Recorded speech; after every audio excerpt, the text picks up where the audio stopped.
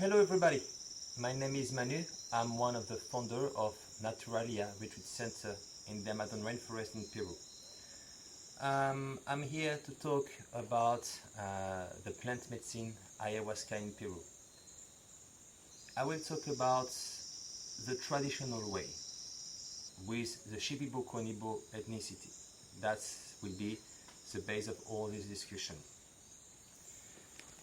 You will be able to also see these videos in all things with different chapters as I wrote stuff, I might need a little help.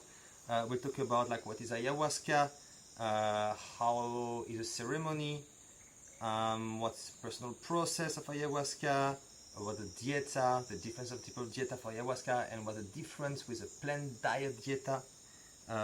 We'll talk also how to become a shaman, and also like a lot of the fake IDs they can find online. So or you have the choice to see the whole video in one shot, or I will divide all this by chapters. So if you're only interested, for example, by the dieta, you will just have to click on the other video about the dieta of ayahuasca. So now let's start with what is ayahuasca. Ayahuasca is a vine. There are different kinds of ayahuasca. You have ayahuasca cielo, ayahuasca negro, ayahuasca amarillo. Generally, in most of the places, the retreat centers, most of people use ayahuasca cielo. It's a vine, basically. Now, the brew, the tea is mixed like there's a lot of different recipes. The most common one is the one with the ayahuasca itself, the vine, and leaves of another plant named chacruna. Now, some shaman, or let's say curandero, like shaman is more like another term like everybody understands, but if you come to the Amazon place, they would say like curandero, which means healer, or doctor, or medico. Let's stay about shaman because it's easier for people to understand that way. So some shaman, they prefer to brew just only with ayahuasca. Sometimes they mix with towe, which is another plant, and there's a lot and a lot and a lot and a lot of other recipes. The most common one, the most, let's say, traditional one, is ayahuasca with chacruna. It's a very large process. It has to be cooked with natural water from a river spring, not with tap water with all the chlorine, fluorine, all this stuff. It's supposed to be cooked with out of wood and by someone who is trained to do it, because it matters a lot. What matters a lot is the energy of the person brewing, with the intention that this person is putting into the brew. They have to also to smoke mapacho. Mapacho is a tobacco, which is also master plant here. And they have to sing Icaros. We'll talk about Icaros also later. Icaros are chants. And all this to produce the ayahuasca brew, the tea that you will drink during the ceremony. To give you an idea, it's an average process of about 12 hours. And out of like 30 kilos of vines, 10 kilos of leaves, if you're lucky, you can get something like 2 liters out of it. So it's a massive process. It needs a lot of time, energy, and knowledge, and also, I would say, precision, not to miss the brew. Let's talk about ayahuasca ceremony. So one more time, I will talk about the Shipibo way. Shipibo Konibo, they are an ethnicity from Peru. They are around like a place named Pucallpa. So the organization of the ceremony, the shaman enters the Maloca. The Maloca is where I am now. This is like a temple, a place where ceremonies happen. And he prepare himself. He will just smoke mapacho in the pipe, or just like as a cigarette form. We prepare different like colonias, different medicines he has. This to purify himself, protect himself, and also he might blow mapacho on every people, the head of every people, also to help for protection and connection with the medicine. Once this is done, when it's ready, after also he prepared the ayahuasca, he will do everybody's called to drink the ayahuasca. So the way it's supposed to work, we're supposed to give a very, very little amount of ayahuasca to the patient. Knowing that, I just make like a parenthesis, but in the tradition, as a main tradition, only the shaman is drinking ayahuasca. because he's the one, or she is the one doing the job by with the thing is a chance, the Icarus. The patient is not supposed to drink ayahuasca at all. Then they started to give ayahuasca so the patient can connect a bit with the medicine and so get some insights, messages eventually. But it's never purpose to have like what people are, many people are looking for, like a trip to see them like a unicorn into space or whatever. This is not the purpose. So just give a little bit to start. And also it's important to give a little bit because if the brew is very strong, what happens is that's when people can freak out actually. So it's good to give little first so we can assess the sensitivity of people, of the patient. And then it's supposed to be always the choice of the patient to drink more eventually. But also the shaman is supposed to say, no, you have enough, because otherwise you'll be out of control and you can freak out, which is not the purpose. So then we come back to the ceremony itself. So the patient drink the ayahuasca, but before the patient drink the ayahuasca, he or she would put an intention, the purpose of why this person came for in the brew before he drinks it or she drinks it. Then go back to the place, lay down, most comfortable way, relax as much as you can. Then at the point we turn the candle off, so we're in the darkness, we're just like surrounded by the noise of nature that you can hear now already. And the shaman starts to sing Icarus. The first part is very hard to talk about time because in a ceremony like it's very hard to find the matter of time, but whatever. The shaman sings different Icarus, this to protect the place, protect himself, protect every participant from the energy, to able to cross energies, to let like negative energy out. And after these points, what happens is we can ask eventually, because about at least an hour passed already, we ask the patient if they feel like to drink more. So what does it mean? Maybe they don't feel anything yet, maybe they feel just a little and they feel like they're confident enough to go a bit deeper. And well, we give anyway a very little bit more anyway. It's important to know also that when after that the shaman comes to sing Icarus, personal Icarus, in front of every single guest. So this is where the real healing happens.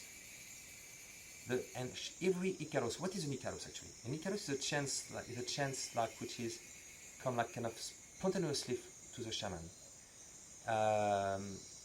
The shaman is like a medium, like a channel the energy of the plants, of the spirit of the plant that the shaman dieted. So, and it gives them the way to use the solution how to heal with the chants like this, to clean energy, line up energies, remove all the dark things, arrange everything again. They can give protections also. So that's happened at this moment.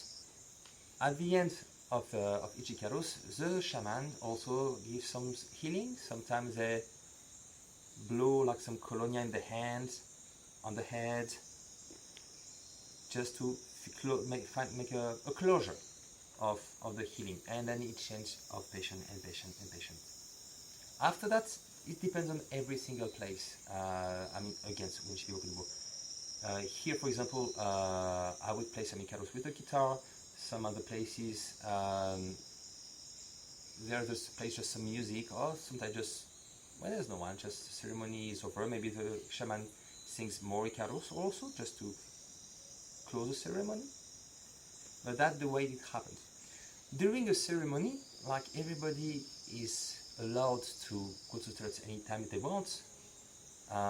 If they feel like singing, they sing. They feel like dancing, they can dance. If they like crying, they can cry. If they feel like laughing, they can laugh. And if you feel like make some push-ups, they do push-ups.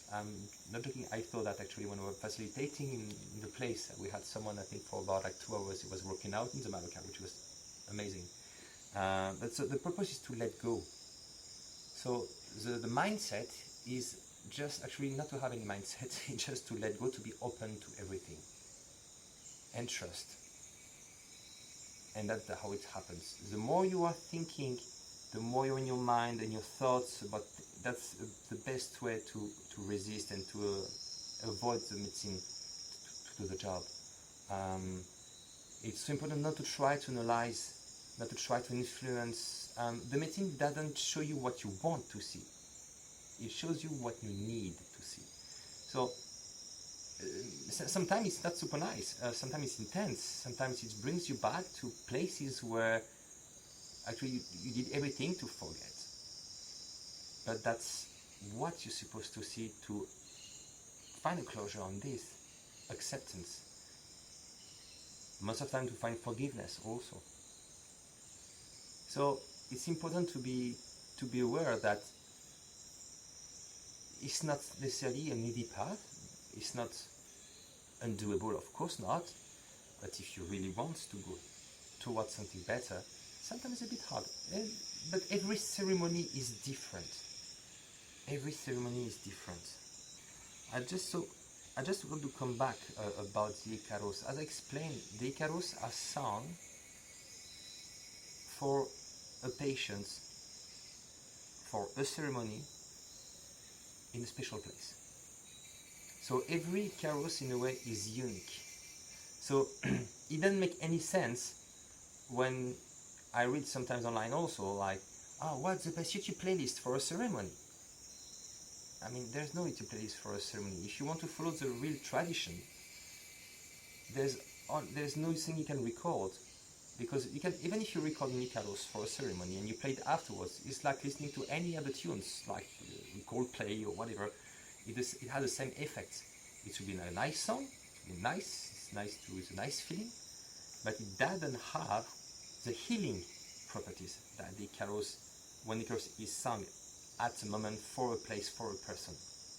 So this is very important, and it's here that most of the time it's not really understood that the job is made by the shaman. You're not healing yourself by yourself. When you go to see a doctor, or if you go to have a surgery, you don't do it by yourself. You don't ask for the scalpel, you don't ask, give me the stuff, give me the syringe and everything, compress please. No, you trust the surgeon does the job. It's exactly the same way here. You come and see a doctor. It's a different kind of doctor, but you can see a doctor. So that's where the trust is very important, and realize that the shaman itself has a lot of diets, a lot of experience, a lot of really good connection, and also good intentions. This is the most important thing to have in a ceremony. So also, as I said before on the previous chapter, I'm talking about the Shipibo way of doing ceremonies. Now, why I used to work also before with other ethnicities like Okama, Boras. I've been even doing ceremonies with the Anahuanas from Brazil. What I love with the Shipibos is that they actually sing Icaros one-to-one to every single patient, and you can sing for half an hour for one person because it is needed, and it's personal healing. So that's why it's important to insist on this, because when you have a group I saw that difference so many times when you have a group of a shaman or two just singing for 10, 15, 20, sometimes I heard about 50 or something, 100 person singing like this. I mean, where is the healing? How it works? I mean, if one person has this trauma, the other one another trauma, another trauma, another trauma, another trauma, another issue, whatever, another purpose and purpose and purpose, how with singing for everybody you can have a personal thing? It cannot happen. So you might have a general cleansing for the main atmosphere, it's nice. But if I really feel if you need some very deep healing, personal healing, it's good to have a one-on-one ceremony, or you're working with Shipibos who will just sing for you at a point in the ceremony, just for you, and then you get something personal. And that's why it's also important before that to make sure that the shaman, that you had a private meeting with the shaman also. And so you can express what you're looking for exactly, so shaman knows what you're looking for, so you can help actually more accurate way. Now let's talk about the personal process. As I just say, the process is personal. So you can share, but never compare. Every ceremony is unique, different. And it's not because you read sometimes like, oh, I saw that and I saw that and I saw that, and what do you mean if I said, did anybody else see the same thing? This is a bit meaningless in a way, because we are the only one to really be able to understand, to interpret what happens to us. There is an example I always give to my patients. Let's say we are three person to have a ceremony together, and in this ceremony we all see the same blue car, the same one, same year, same option, whatever, like same car. Maybe for one of the patients, it was his first car, where when he was in I don't know, in high school or college, and where they did all the road trip with the friends. Maybe for the other patient, this car, it's his or her dream car. They always wanted to have this car. That means it's the best car ever. And maybe for me, that is a car where my parent died in a car crash. They didn't, but just for the example. So it means with exactly the same vision, we will all have extremely different feelings. So now you understand that when someone asks like, did anybody see this, and what does it mean? It means nothing at all. It's just the way you see the things. It just depends on you, your experience, your past, your sensitivity, eventually your traumas or your best memories, but it's just all about you. There is nothing to compare. There is nothing normal, something which is abnormal neither. Some people in a ceremony will throw up a lot. Some others, they won't throw up at all. Some people will throw up and go to the toilet. Some people just only go to the toilet. Some people won't do anything. But it's not because someone threw up a lot that it's a better ceremony for him or her than the other one.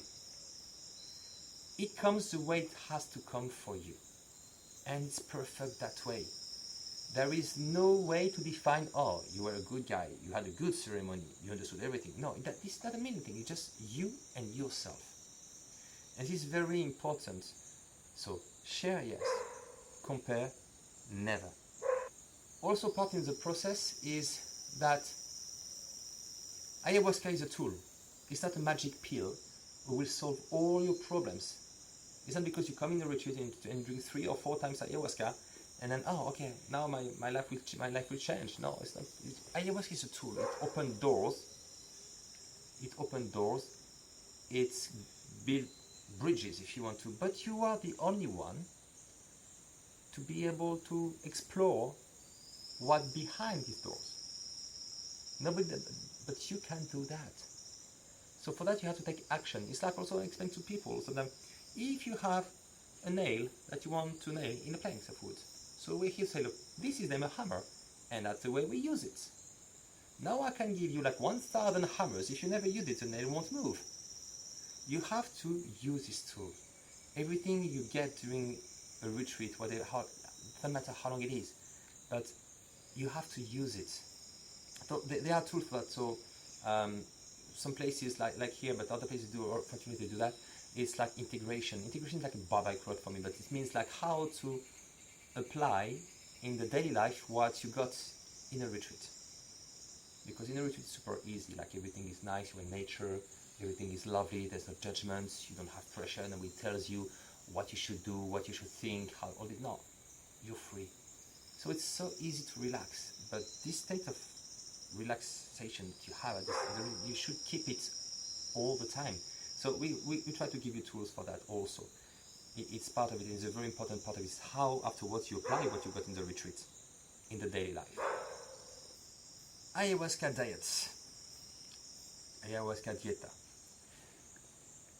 It's something that many people struggle with when they booked with the retreat center, because it's not often clear. It's like some people say, yes, you can eat that.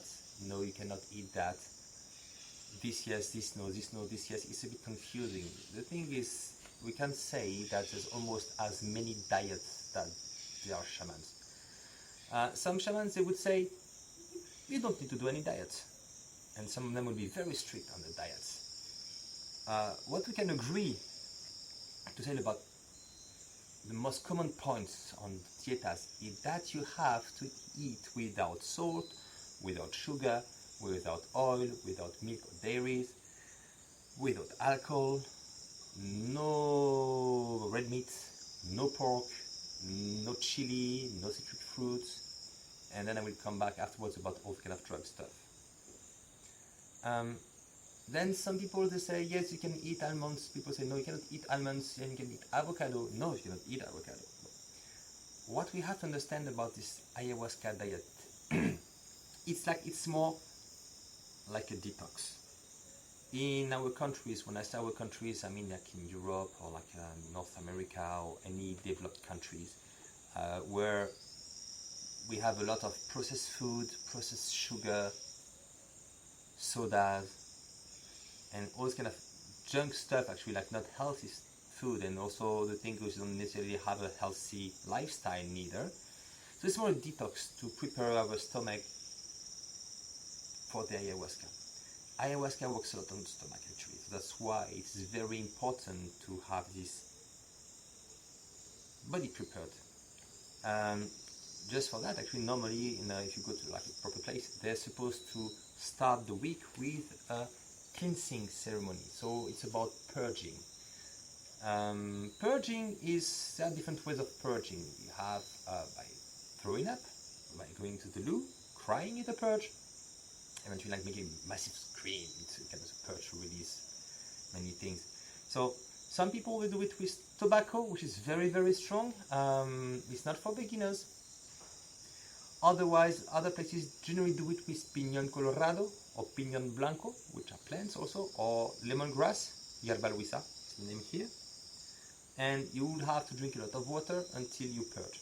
It's a way to clean the stomach. It's normally made early morning when you are when you haven't taken your breakfast yet. This is a way to prepare the stomach also for the ayahuasca. And I want to talk about so don't worry too much, but it's important to clean your body, and it's not a big deal because many people call me also like, yeah, but I have to take the plane, and in the plane it's very hard to have like healthy food or food going with it. It's not a big deal if you have one meal with a bit of salt. The most important is that you make the effort to be as clean as possible until you come here or any other places. I mean, to your retreat place. Now, ayahuasca is a pretty safe. It's a medicine, so it's safe. By essence, it's here to heal. It doesn't cause any damage in the body. There's no addiction, nothing. The only reason why it could be physically dangerous is if it is mixed with drugs like cocaine, heroin, meth, and all this kind of stuff. And also, so it's good, especially for people who takes a lot of this kind of drugs, to stop it 1 month before. And also for all of the, if people take prescription for anxiety, for depression, epilepsy, bipolarity, schizophrenia, this has to be out of the body for at least 2 weeks if you want to be safe. What the risk? Heart arrest, death. It's a risk. So it's better to avoid that. It's also like so anyway, I want to come back on something like it's of course not recommended to take ayahuasca if you have epilepsy. If you are bipolar, the thing is might be okay if it's on one-on-one and monitored by someone who is an expert dealing with people with bipolarity. Schizophrenia, same step for schizophrenia. Why? Because maybe during the ceremony it can make it a crisis, and this person can be violent and dangerous for him or herself and for the others. So that's why it's not recommended unless it's in this kind of very strict condition like this. Another thing, ayahuasca is not super. It's not amazing if you have very high blood pressure, because during the ceremony it could make your heart like race, and if you have high blood pressure, it's not good at all. So same thing for everyone who has heart issues. And now about diabetes. Same, if you have diabetes type 1, we had experience with some people like this, but they have to monitor themselves for like a half an hour to make sure the insulin is right, and have someone ready to give a shot in case of. Type 2 and type 3 is okay because they are not diabetes types with massive crisis. But it's always good to avoid, or if you do that, do with someone who knows how to do it and to deal with you, and make sure you have like all the equipment in case of around to deal with any crisis. That was for the Ayahuasca chat. How to become a shaman? That's really a common question. So if you come in the modern rainforest, most of the time it's in the family. Like shaman, from grandfather was shaman, parents were shaman, great parents were shaman, and that's it. But it's still a vocation. So it's not mandatory for someone who is born in a family of shaman to become a shaman. It must come from the person who wants to dedicate his life or her life to the medicine. Now, anyone can become a shaman, but it's a lifestyle, it's a commitment. It takes years of training. And it's not like you can go in a course somewhere, like how to become a shaman, and this, for in 1 month you have this. No, this doesn't exist. Like, it's about making some diets of master plants. So what are master plants? Master plants are plants who teach you. So the teacher is a plant. So you have a mentor, like a man shaman will guide you during this, but at the end it's you and the plant. So it's about like making diets, long diet, and then you have the post diets, and I'm talking about months. And sometimes the post diet is longer than the diet itself. It means isolation. It means abstinence. It means a total commitment into it, like focusing and wanting to work with the light, wanting to help people. It's a commitment. So it's not something like I want to become a shaman. They say, oh, I've been to 2 retreats. I make like like 1 diet for 2 weeks. Oh, now I'm a shaman. No, it doesn't happen like this. It needs years and years of practice. Traditionally, it's not always the case now, but traditionally, like the apprentice shaman would go in the wood with nothing but the plant he wants to diet. He will open a small space and he would stay like for 3 months, 6 months there, just like eating a bit of rice or like grilled fish, and just stay there in the wood for I guess 6 months. People would say like 1 year, and they smoke the mapacho and they meditate for the plant and all this stuff, and they do that several times. That's the way to become a shaman, and practice and making ceremonies, but not drinking, but try to connect with the plants, the spirit of the plant that you have dieted before, and try to find them, visit the world, try to get the teaching. So it's a very like strong focusing and strong commitment. It's a choice, a life choice. You cannot be like, I don't know, like a mechanic during the day and shaman by night. I mean, it's something like it's a real commitment.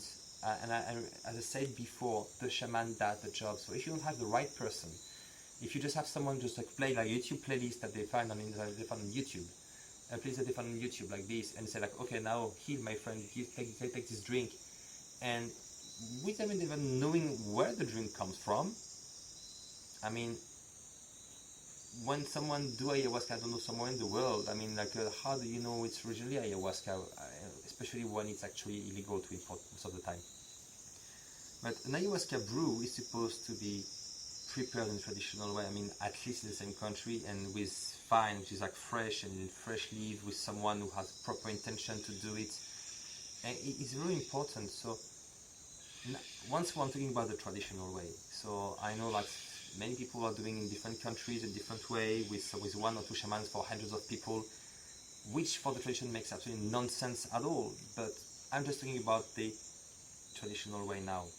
So that's the way a real shaman is. So if you want to have a ceremony with someone, just try to contact the shaman, try to ask how many diets he did, where, how he trained, how is the ceremony, how many people you have his ceremony, like, and how he works. So that is thing Icaros actually, and during the ceremony, and all this kind of question. If you want to make sure it's a proper shaman, but it's very hard. I really recommend to work on recommendation for that, like to find people who was in a place that you're interested to go, and say like how was it exactly, how it happened. That's so like to be a shaman is patience, humility, commitment, and a lot of loneliness as well. And it's a real lifestyle. It's a choice. It's a real choice. I want to come back on some fake ideas we can find online. There's a lot of things about it. So once more, I'm talking about the tradition compared to the traditional way of ayahuasca, how it is practiced in the Amazon rainforest. Recently, I had like people who were about to come and they asked me, "Is it true that we have to be naked in a ceremony?" And I said, "What? Where did you find that?" And they actually sent me a YouTube link that I even didn't open, where apparently what the practice there, no, nobody has to get naked in a ceremony, nobody has to be touched in an inappropriate way in a ceremony at all. The shaman can put your hand on the head, for example, or just take your hand and blow on the hand, but that's it. I mean, it's not supposed to touch like inappropriate parts, personal parts. It's not the way it should be at all. All other stuff, you don't have to come with white clothes in a ceremony. What is not recommended is to come with dark, plain black clothes, because it's said to attract negative energy. But you can be like with any kind of colors, any stuff you like, where you feel comfortable, and that's it. It's important to understand, and I talked a lot about it before in the previous chapters, but with the traditional way, there is no YouTube playlist. There is no like playing songs because I like Enya, it's nice, or I don't know, like some atmospheric music. Yes, it's a cool atmosphere, it makes people feel good, but there's no healing with that. The healing comes from the Icaros of the shaman, because of what he learned from his dieta, from nothing else.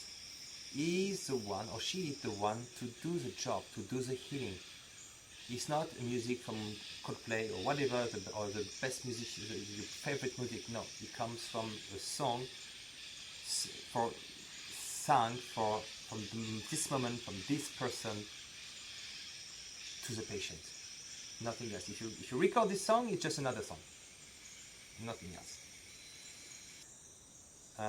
Be careful also online with all the vocabulary. There's ayahuasca became super trendy, and there is always a vocabulary, and sometimes it's a bit strange to hear some like Mama Ya told me, Mama Ya told me, I want to be Mama Ya, Mama Ya, Mama. I mean, the thing where it comes from, the thing is you have the master plants, and the ayahuasca is considered as the mother of the master plant, but it's not a person. It's sometimes I see people. I read that actually, like someone never did any ceremony. They think I read like, I want to drink mamaya. What? What do you want to drink exactly? I want to sit with mamaya. I want mamaya to tell me that. I want mamaya. I mean, if you talk to, I had a conversation with some shamans about it, and actually, and they say that to really actually have the spirits of ayahuasca will present himself to you, or itself, herself, I would say itself, because it's very gendered, but it happens only if you are in deep connection in the world of ayahuasca. We are committed to this world. It doesn't happen because you take like twice ayahuasca and you will have like the spirit. And even if you see the spirit of the ayahuasca, I mean, you will be scared, because spirit is not like, most of the time they try to appear in something that we know so they don't scare us, but if it appear in their real form, it'll be very scary.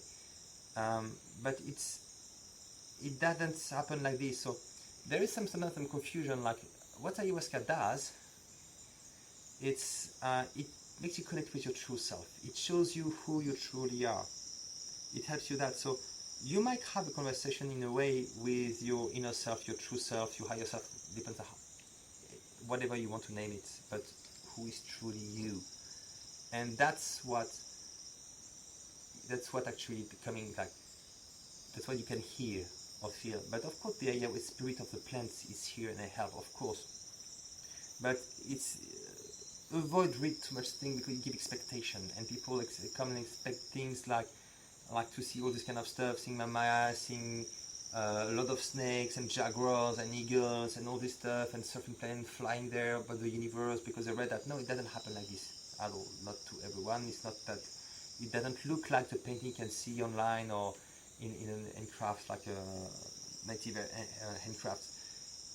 It's personal. So I try generally to advise to people, like, just try not to read too much about it. Come back with a blank page. Try to come here and write your own book, actually.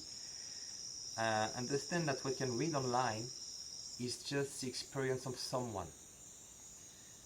If you drink ayahuasca one day, or if you had drunk already, you will realize that it's very hard to put words on an experience you have.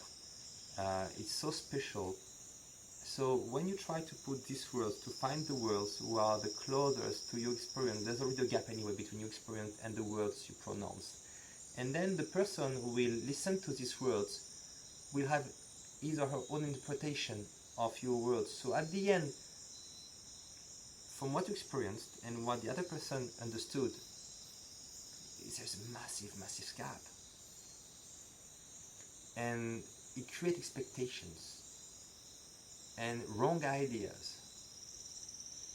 So the main thing, the only thing when you have to go to ceremony or retreat is like to be blank page. Don't expect anything. Be ready to accept the things the way they come. And that it, even if you like it, you don't like it, you're not here to have like a trip. There's no trip with ayahuasca. When people say they have a bad trip also, when people like a real fake ideas, it's like ayahuasca is dangerous and people freak out. Yes, people freak out. I tell you why. It's because they come and they drink like a massive shot right away. They give a massive shot and drink this, and of course it goes. Of course people freak out.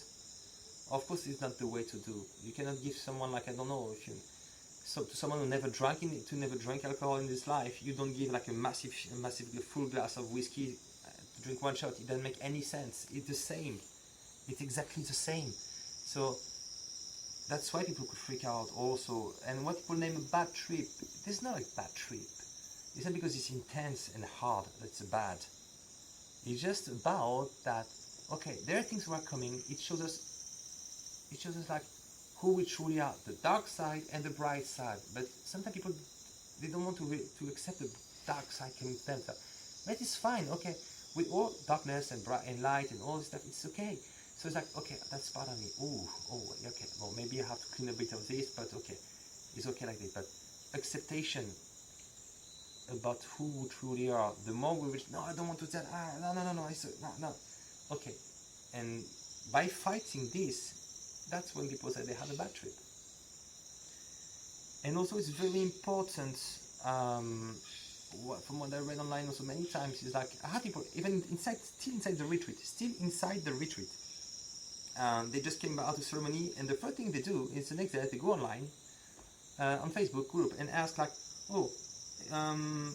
I had a ceremony last night, and I was the only one that, is it normal? Why this? Was this the other way okay? Was this? I mean, why don't you ask a shaman?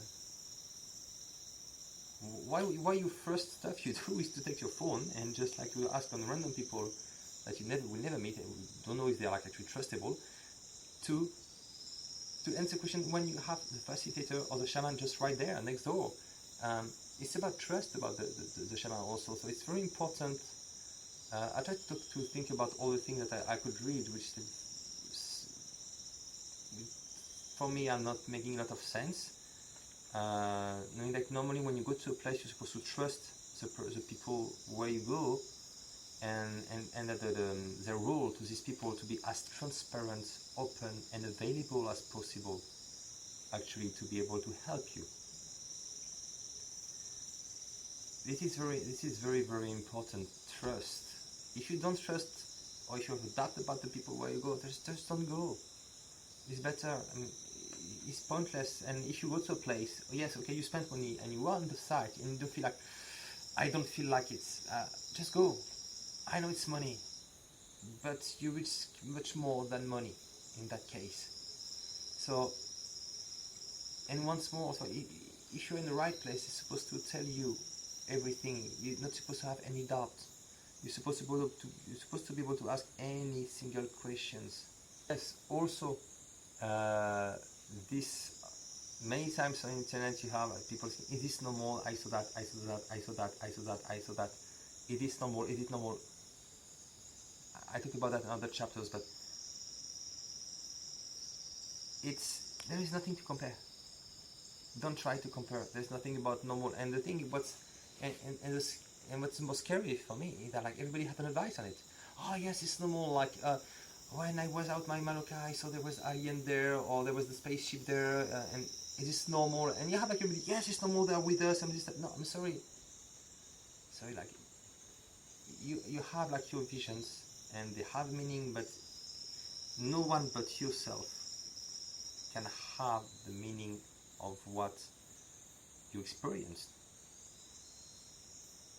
And the most important is to have a private talk with your shaman after every ceremony and talk about everything you felt, everything you saw, to ask this person all the questions you have, because that's the person who was there, who's supposed also to have seen many things about you during the ceremony, to have healed you. So this person knows. So that's the only person to talk to after a ceremony. Take your time to write your questions to this person if you want to make sure you don't forget anything, but ask all the time to have a private talk after every single ceremony, because it will help you. It will help you for your process. So we're coming now to this end of this video. I hope that it helped you, that it gave you some insights. Don't hesitate to write any other question in the comments. You will also have in the description. I will let all our contacts here, and you will have my WhatsApp. I will be very happy to go on WhatsApp. The thing is why we choose WhatsApp, because we're in the jungle here, and it's a curiosity that the one of the most practical stuff that works. And so don't hesitate. I will leave. We have all our links for Facebook links, Instagram links, website also, and once more WhatsApp. Don't hesitate, or in the comments or in WhatsApp, just to ask any question, and I will be very happy to answer you. And if you have any suggestions about other videos, please feel free to be very happy if I can help. I try to make these videos at a point because actually most of my patients ask me like, we didn't know all this, we never saw all this, and now it makes sense. So I'm happy if it helps some of you who had some questions about ayahuasca. And once more, just don't hesitate to ask any questions in the comments, or join me on WhatsApp, and I do my best to answer your questions. And here, thank you very much for watching, and I hope maybe one day to meet you here in the rainforest. Have a good day.